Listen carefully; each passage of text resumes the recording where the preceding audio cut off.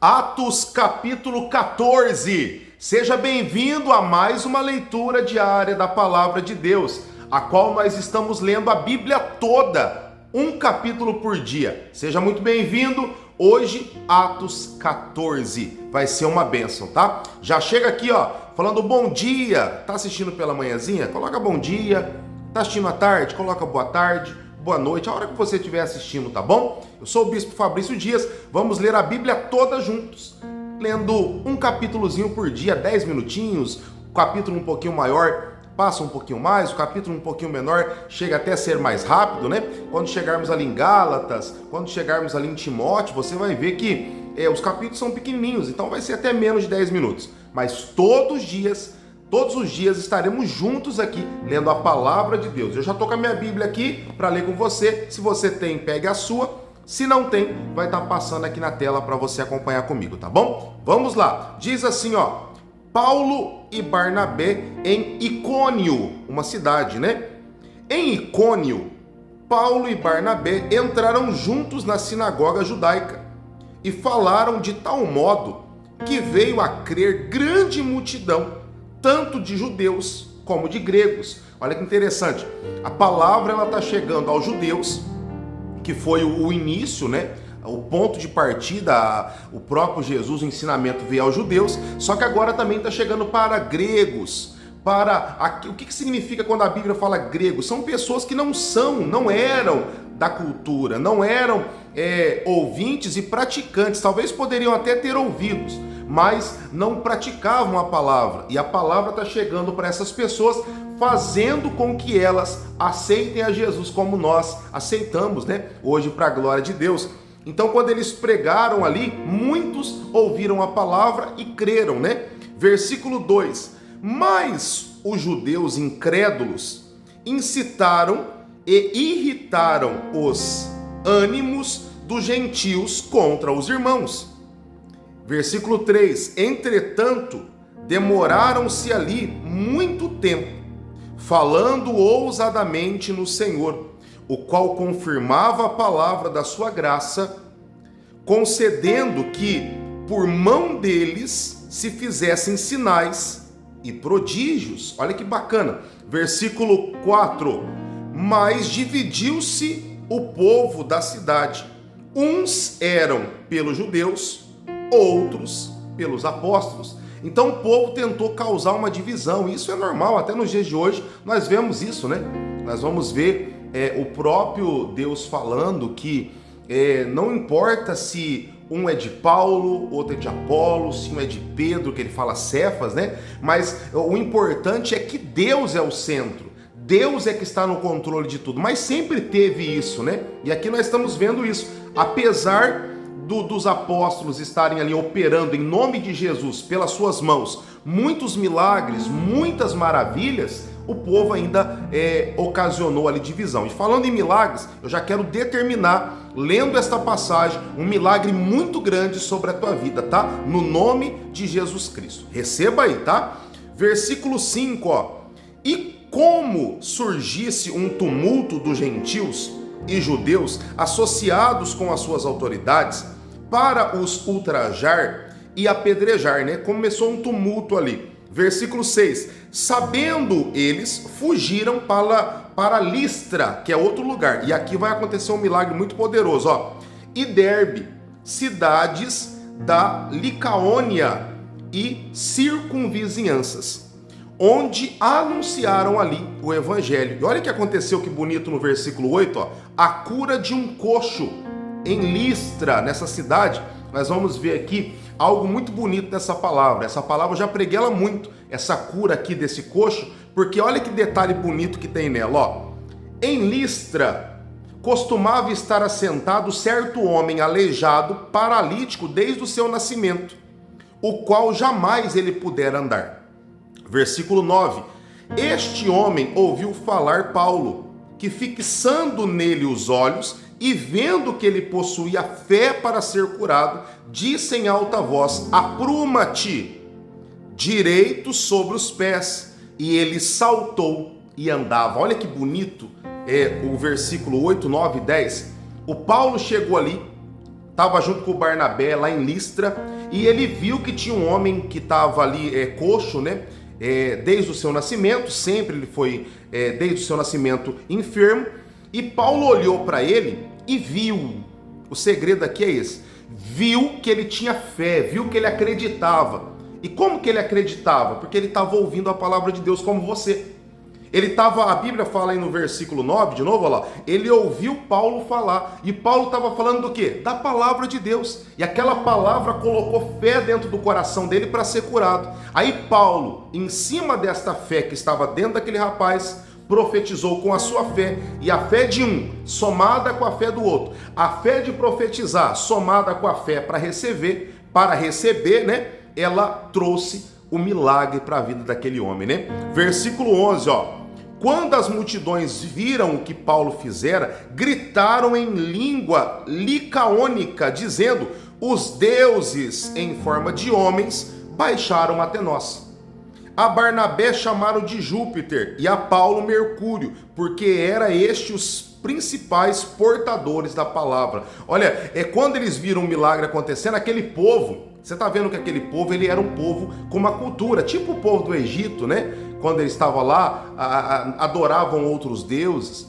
Assim como em outras nacionalidades, tem outros tipos de adoração, até dentro da nossa nacionalidade mesmo, até dentro do Brasil, nós temos adorações a outros tipos de deuses, né? Mas esse povo não sabe que só existe um Deus, só existe um mediador, a saber, Jesus Cristo. Só existe um que é Deus, que é Jesus Cristo. É Deus Pai, Deus Filho e Espírito Santo, a Trindade, que é um só. Os dois foram adorados, o Paulo e o Barnabé, como se fosse o Mercúrio e o Júpiter, né? Eles adoravam esses deuses, né? E olha o que aconteceu, versículo 13. O sacerdote de Júpiter, cujo templo estava em frente da cidade, trazendo para junto das portas touros e grinaldas, queria sacrificar juntamente com a multidão. Os sacerdotes daqueles deuses, achando que eles tinham descido ali com aquela cultura dele, confundiram Paulo e Barnabé com esses deuses, falou que eles estavam na terra, já trouxeram ali animais para poder fazer um sacrifício, para poder fazer uma oferta. Olha, e muitas pessoas criticam, né? Quando falamos de oferta nas igrejas e tudo mais, muitas pessoas criticam. Mas por que elas criticam? Porque elas não entendem o poder que isso tem. O diabo sabe, olha aí, os servos de Júpiter aqui, que chegaram de Mercúrio aqui, hora que pensaram ser Deus, já trouxeram bois, porque Satanás sabe o poder da oferta, o poder do sacrifício. Só que, devido a muitos escândalos que aconteceram no decorrer dos anos, as pessoas perderam essa essência, e nós não podemos perder essa essência. Temos que guardar o nosso coração e a oferta. Você vê nos capítulos anteriores, pessoas como Cornélio faziam esmolas. Essas esmolas são o quê? São ofertas. Vimos falar de Ananias e Safira. Ananias e Safira, o poder da oferta voluntária. Vimos falar do próprio Barnabé aqui, que trazia... Então, não podemos perder essa essência. Tudo na Bíblia continua tendo o seu poder. Então, você viu que eles já trouxeram para sacrificar junto com a multidão. Versículo 14, ó. Porém, ouvindo isto, os apóstolos Barnabé e Paulo rasgaram as suas vestes, saltaram para o meio da multidão, clamando: Senhores, por que fazeis isto? Nós também somos homens como vocês, sujeitos aos mesmos sentimentos, e vos anunciamos o evangelho para que destas coisas vãs vos convertais ao Deus vivo, ao único Deus, né? Que fez o céu, a terra, o mar e tudo que neles há. Olha que interessante, olha que forte. Tá vendo? O Paulo falou: não, eu estou pregando para vocês deixarem de lado essas coisas vãs, essas adorações, e entenderem que só existe um Deus, o Deus vivo. Aí ele continua dizendo no 16: o qual nas gerações passadas permitiu que todos os povos andassem nos seus próprios caminhos. Contudo, não se deixou ficar sem testemunho de si mesmo, fazendo o bem, dando-vos do céu chuvas, estações frutíferas, erguendo o vosso coração de muita fartura, né? E de alegria. Versículo 18. Dizendo isto, foi ainda com dificuldade que impediram as multidões de lhes oferecerem sacrifício. Foi uma luta, o povo queria oferecer aquele sacrifício porque julgavam ele ser o Deus, Mercúrio e Júpiter. Tá vendo? O Satanás, o inimigo, ele sabe o poder que existe nisso. E nós não podemos esquecer disso. Não deixe que o inimigo, usando pessoas, ou talvez até escândalos, maus testemunhos, impeça você de perder essa essência do princípio da oferta, o princípio de honrar a Deus primeiramente, honrar a obra, a igreja que você congrega, tá bom? Não deixe que o inimigo faça isso, porque o inimigo sabe o poder que isso tem. Ele quer tirar esse poder de você, tá bom? Paulo é apedrejado, versículo 19, ó. Sobrevieram, porém, judeus de Antioquia e de Icônio e instigaram as multidões e, apedrejando a Paulo, arrastaram-no para fora da cidade, dando-o por morto. Veio pessoas e instigaram-lhe, vamos apedrejar esse homem. Apedrejaram Paulo a ponto de acharem que ele tinha morrido e arrastaram ele para fora da cidade. E olha o que aconteceu quando ele levantou, ó. Rodeando, porém, os discípulos, levantou-se e entrou na cidade. No dia seguinte, partiu com Barnabé para Derbe. Ele foi lançado lá fora, pensaram que ele tinha morrido. Os discípulos chegaram em volta dele e falaram, olha o que aconteceu com Paulo. Paulo sacudiu a poeira e falou, não, Deus me guardou, não é ainda a minha hora. E voltou para a cidade de novo. Ele voltou para lá porque ele sabia que Deus estava com ele. Ele foi na fé e Deus o honrou. Aí dali ele foi para Derbe, junto com o Barnabé, né? E tendo anunciado o evangelho naquela cidade e feito muitos discípulos, voltaram para Listra, Icônio e Antioquia. Esses homens nada parava eles. Esses homens tinham um espírito de intrepidez, o espírito que você, eu, todos nós temos que ter, porque Deus é com a gente. Amém, queridos?